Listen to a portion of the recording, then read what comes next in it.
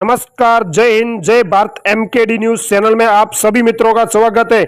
आप हमारे चैनल पर नए हो तो चैनल को सब्सक्राइब जरूर कीजिए। और हम आज लोकसभा चुनाव को लेकर सबसे ओपिनियन पोल सामने लेकर आ चुके हैं। लोकसभा चुनाव अगर पूरे देश के अंदर आज हुए तो अगली सरकार किस पार्टी की बनेगी, उसको लेकर कुल 544 सीटों पर 6 वोटर टीम ने जिस प्रकार से अपने मां ओपिनियन पोल के आंकड़े जारी किए हैं वो बड़े ही चौंकाने वाले नजर आ रहे हैं। इस बार लोकसभा चुनाव हुए तो कुल 547 सीटों पर किस पार्टी की एक तरफा सरकार बनती हुई नजर आएगी। और दोस्तों 272 सीटों का बहुमत चाहिए। और 2009 के अंदर बीजेपी पार्टी को 116 सीटें मिली थी और कांग्रेस पार्टी को 206 सीटें मिली थी। और 2014 के अंदर बीजेपी पार्टी को 282 सीटें मिली थी और कांग्रेस को 44 सीटें मिली थी। 2019 के अंदर बीजेपी पार्टी को 303 सीटें मिली थी और कांग्रेस पार्टी को 52 सीटें मिली थी।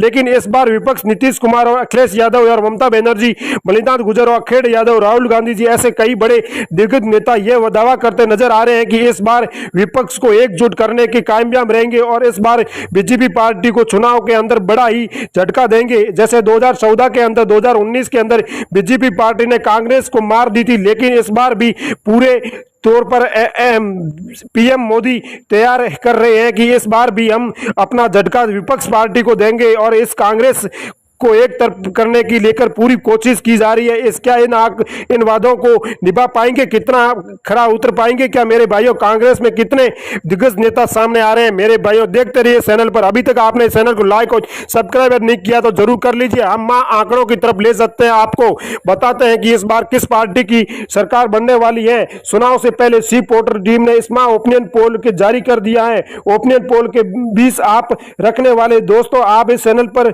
जो भी आपको कुछ नया लगे तो आप जरूर बताइए। हम बात करने वाले हैं कर्नाटक विधानसभा की।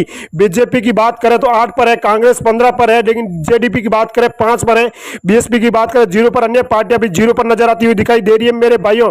हम कर्नाटक से आगे बात करने वाले हैं। कश्मीर की बात करते हैं तो बीजेपी 1 पर नजर आ रही है, कांग्रेस 3 पर नजर आ रही है, लेकिन पीडीपी की बात करें तो 2 पर नजर आ रही है, एनसी की बात करें तो 0 पर नजर आ रही है, अन्य पार्टियों की बात करें तो भी 0 पर नजर आती हुई दिखाई दे रही है मेरे भाइयों।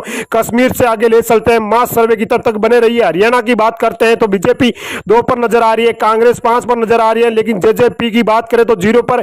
आम आदमी पार्टी की बात करें तो 1 पर नजर आ रही है, लेकिन अन्य पार्टियों की हम बात करें साथ में तो भी वो 0 पर नजर आती हुई दिखाई दे रही है मेरे भाइयों। हरियाणा से आगे ले चलते हैं, मास सर्वे की तरफ दिल्ली की बात करते हैं। बीजेपी 2 पर नजर आ रही है, कांग्रेस 1 पर नजर आ रही है, लेकिन आम आदमी पार्टी की बात करें तो 4 पर नजर आती हुई दिखाई दे रही है, लेकिन बीएसपी की बात करें तो 0 पर ही समाप्त हो रही है, लेकिन अन्य पार्टियां इनके साथ बात करें तो 0 पर समाप्त होती हुई दिखाई दे रही है। पंजाब की बात करें तो कुल 13 विधानसभा सीटें हैं, लेकिन बीजेपी के खाते में 1 सीट आ रही है, कांग्रेस के खाते में 2 सीटें जा रही है, लेकिन आम आदमी पार्टी की बात करें तो 9 सीटें नजर आ रही है, लेकिन एसएडी की बात करें तो 0 सीटें नजर आ रही है। अन्य पार्टियों की बात करें तो भी 0 सीटें नजर आ रही है मेरे भाइयों।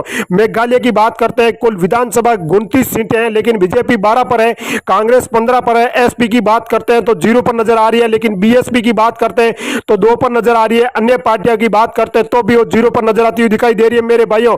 आगे बात करते हैं झारखंड की बात करते हैं, कुल 19 विधानसभा सीटें हैं, बीजेपी 6 पर नजर आ रही है, कांग्रेस 8 पर नजर आ रही है, लेकिन जेजेएम की बात करते हैं तो 5 पर नजर आ रही है, लेकिन आरजेडी की बात करें तो 0 पर नजर आ रही है। अन्य पार्टियों के साथ में बात की जाए तो भी वो 0 पर समाप्त हो रही दिखाई दे रही है। आंध्र प्रदेश की बात करते हैं तो कुल 25 विधानसभा सीटें हैं, लेकिन बीजेपी 8 पर नजर आ रही है, कांग्रेस 4 पर नजर आ रही है, लेकिन वाईआरएस की बात करें तो 10 पर नजर आ रही है, टीडीपी की बात करें तो 3 पर नजर आ रही है। इसके साथ अन्य पार्टियों की हम बात करें तो भी वो 0 पर समाप्त होती हुई दिखाई दे रही है मेरे भाइयों।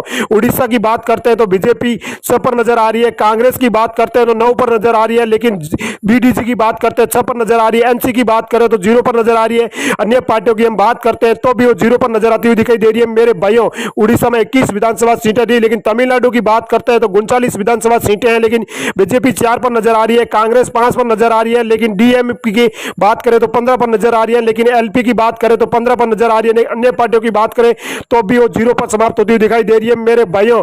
हम बिहार जिले की बात करते हैं तो कुल 40 विधानसभा सीटें हैं, लेकिन बीजेपी की बात करते हैं तो 12 पर नजर आ रही है, कांग्रेस 5 पर नजर आ रही है, लेकिन आरजेडी की बात करें तो 15 पर नजर आ रही है, लेकिन जेडीयू की बात करें तो 8 पर नजर आ रही है, लेकिन अन्य पार्टियों की हम बात करें तो वो 0 पर ही समाप्त होती हुई दिखाई दे रही है मेरे भाइयों। हम राजस्थान की बात करें, कुल 25 विधानसभा सीटें हैं, लेकिन बीजेपी के खाते में 10 सीटें जा रही है, कांग्रेस के खाते में 14 सीटें जा रही है, लेकिन आरएलपी के खाते में 1 सीट नजर आ रही है, लेकिन आम आदमी बात करें तो जीरो पर ही समाप्त हो रही है, उसके साथ अन्य पार्टियां भी जीरो पर ही समाप्त हो रही है। मेरे भाइयों, हम बात करते हैं उत्तर प्रदेश की, लेकिन कुल 28 विधानसभा सीटें हैं। बीजेपी के खाते में 32 जा रही है, कांग्रेस के खाते में 14 जा रही है, लेकिन एसपी की बात करें तो 27 जा रही है, लेकिन बीएसपी की बात करें तो 2 जा रही है, लेकिन अन्य पार्टियों की बात करें तो 5 सीटें जाती हुई नजर आ रही है। मेरे भाइयों, उत्तर प्रदेश से आगे बात करते हैं उत्तराखंड की।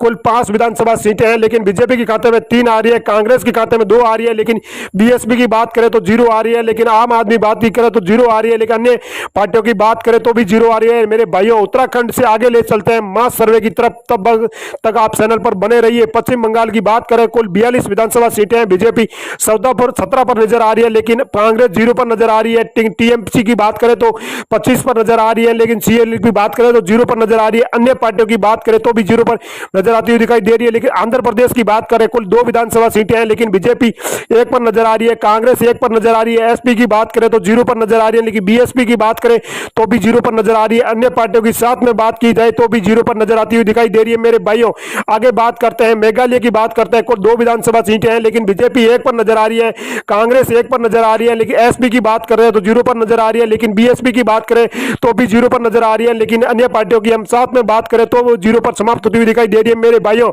आगे बात करते हैं लक्षद्वीप की बात करते हैं तो 1 विधानसभा सीटें हैं, लेकिन बीजेपी के खाते में 0 सीट आ रही है, कांग्रेस के खाते में 1 सीट आ रही है, लेकिन एसपी के खाते में 0 सीट आ रही है, लेकिन बीएसपी के खाते में 0 सीट आ रही है। अन्य पार्टियों की बात करें तो भी 0 सीटें आती हुई नजर दिखाई दे रही है। मेरे भाइयों, आगे बात करते हैं महाराष्ट्र की 48 विधानसभा सीटें हैं, बीजेपी के खाते में 15 सीट जा रही है, कांग्रेस के खाते में 14 सीट जा रही है, लेकिन एसएसएस की बात करें तो 10 सीटें जाती हुई लिखी है। एनसी की बात करें तो 8 सीटें जा रही है। अन्य पार्टियों की बात करें तो 0 पर ही समाप्त होती हुई दिखाई दे रही है। मेरे भाइयों, महाराष्ट्र से आगे ले चलते हैं, छत्तीसगढ़ की बात करते हैं तो कुल 11 विधानसभा सीटें हैं, लेकिन बीजेपी पर जा रही है, लेकिन कांग्रेस की बात करते हैं तो 5 सीटें आ रही है, लेकिन आम आदमी की बात करते हैं तो 0 पर ही समाप्त होती है, लेकिन बीएसपी की बात करें तो 0 पर समाप्त हो रही है। अन्य पार्टियों की साथ में बात की जाए तो भी 0 पर समाप्त होती दिखाई दे रही है। मेरे भाइयों, तेलंगाना की बात करते हैं, विधानसभा 17 विधानसभा सीटें हैं, लेकिन बीजेपी 3 पर नजर आ रही है, कांग्रेस 5 पर नजर आ रही है, लेकिन टीआरपी की बात करें तो 7 पर नजर आ रही है, लेकिन एएल की मांग की बात करें तो 2 पर नजर आ रही है। अन्य पार्टियों की बात करें तो 0 पर ही समाप्त होती हुई दिखाई दे रही है। मेरे भाइयों, केरल जिले की बात करते हैं, कुल 20 विधानसभा सीटें हैं, लेकिन बीजेपी 1 पर नजर आ रही है, कांग्रेस 10 पर नजर आ रही है, लेकिन डीएलपी की बात करें तो 9 पर नजर आ रही है, लेकिन यूपी की बात करें तो 0 पर नजर आ रही है। अन्य पार्टियों की बात करें तो भी वो 0 पर समाप्त होती हुई दिखाई दे रही है। केरल से आगे ले चलते हैं मास सर्वे की तरह। असम की बात करें, कुल 14 विधानसभा सीटें हैं, लेकिन बीजेपी 7 पर नजर आ रही है, कांग्रेस 7 पर नजर आ रही है, लेकिन एएलयू की बात करें तो 3 पर नजर आ रही है, लेकिन अन्य पार्टियों की बात करें तो 0 पर ही समाप्त होती हुई दिखाई दे रही है। मेरे भाइयों, असम से आगे ले चलते हैं आपको गुजरात की तरफ। गुजरात की बात करें तो कुल 26 विधानसभा सीटें हैं, लेकिन बीजेपी 12 पर नजर आ रही है, कांग्रेस 7 पर नजर आ रही है, लेकिन बीएसपी की बात करें तो 0 पर नजर आ रही है, लेकिन आम आदमी की बात करें तो भी 8 पर नजर आ रही है, लेकिन इसके साथ अन्य पार्टियों की हम बात करें तो 0 पर ही समाप्त होती हुई दिखाई दे रही है। मेरे भाइयों, आप इस चैनल पर नए हो तो चैनल को सब्सक्राइब जरूर कीजिए। वही दोस्तों, आपको आंकड़े हिस्सा रुझान आपके लेके 20 आगे है। लोकसभा चुनाव से पहले 2023 को जो जिस प्रकार एक प्रकार की यूपीए प्रकार की बैठक हुई, इसमें एक सवाल है कि यूपीए पार्टी जिस प्रकार भारत जोड़ो यात्रा को लेकर एक बुलाई गई बैठक के आंकड़े परिवर्तन हुए नजर आ रहे हैं, इस प्रकार वही क्या अब की बार पीएम मोदी परेशानी खड़ा कर सकते हैं, या इस बार लोकसभा में अगली सरकार किस पार्टी की बनेगी?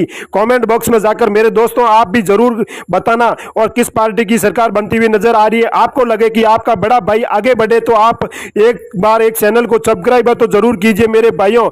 और हम आज इस प्रकार आपको हर पल आपके वीडियो को सामने लेते आएंगे, लेकिन पीएम मोदी लगातार बड़े बड़े वादे करते नजर आ रहे हैं। इस बार क्या यूपीए पार्टी जो भी नीतीश कुमार, अखिलेश यादव जैसे राहुल गांधी, ममता बनर्जी, उमेश यादव ठाकरे और कई बड़े नेता वादे करते हुए नजर आ रहे हैं कि एक ये पार्टी हमारी ही बनने वाली है, क्या इसका मोदी जी इनका सुपड़ा साफ करने वाले हैं, या इस प्रकार ये दोनों पार्टियां एक तरफ टक्कर की जीत बताने वाली है? मेरे भाइयों, जरूर इससे कांग्रेस और भारत जोड़ो यात्रा में कांग्रेस पार्टी को जनता को अपने तरफ एक करने को लेकर कोशिश की जा रही है, लेकिन इस वादों को निभाने में कितना खतरा उतरते हैं, इस बार कांग्रेस को कितने प्रतिशत बहुमत मिलने वाला है और बीजेपी पार्टी को कितने प्रतिशत बहुमत मिलने वाला है? सी वोटर ने महा ओपिनियन पोल के मुताबिक महा ओपिनियन पोल जारी कर दिया है। इस बीच मेरे दोस्तों, आप भी इस चैनल पर बने रहिए और इस चैनल पर ही जरूर बताइए कि इस पार्टी को कितने प्रतिशत बहुमत मिलने वाला है और इस बार कौन सी पार्टी की सरकार बनती हुई नजर आ आ रही है मेरे भाइयों। आप भी इस लोकसभा चुनाव को लेकर कुछ भी अपने कमेंट बॉक्स में जाकर जरूर सूचना बता सकते हैं और हमें जल्द ही आप सूचना देकर हम आपके सर्वे को लेकर वापस इसी वीडियो के अंदर वापस आ सकते हैं मेरे भाइयों। आप भी अपना मत देकर इन पर पार्टियों के दोनों तरफा कौन सी जीत की पार्टी नजर आ रही है, आप भी अपना मत जरूर दें और इस कमेंट बॉक्स में जाकर अपना राय जरूर देना मेरे भाइयों। क्या इस बार भी पार्टियों को बड़ा झटका मिलने वाला है? क्या बीजेपी इन दोनों पार्टियों पर भारी पड़ने वाली है या कांग्रेस पार्टी इन दोनों को झटका देने वाली है मेरे भाइयों? आप भी इस चैनल पर अपनी राय जरूर देना और कमेंट बॉक्स में जाकर हमें जरूर बताना। और मेरे भाइयों थैंक यू और धन्यवाद। राम राम, सभी मित्रों को प्रेम।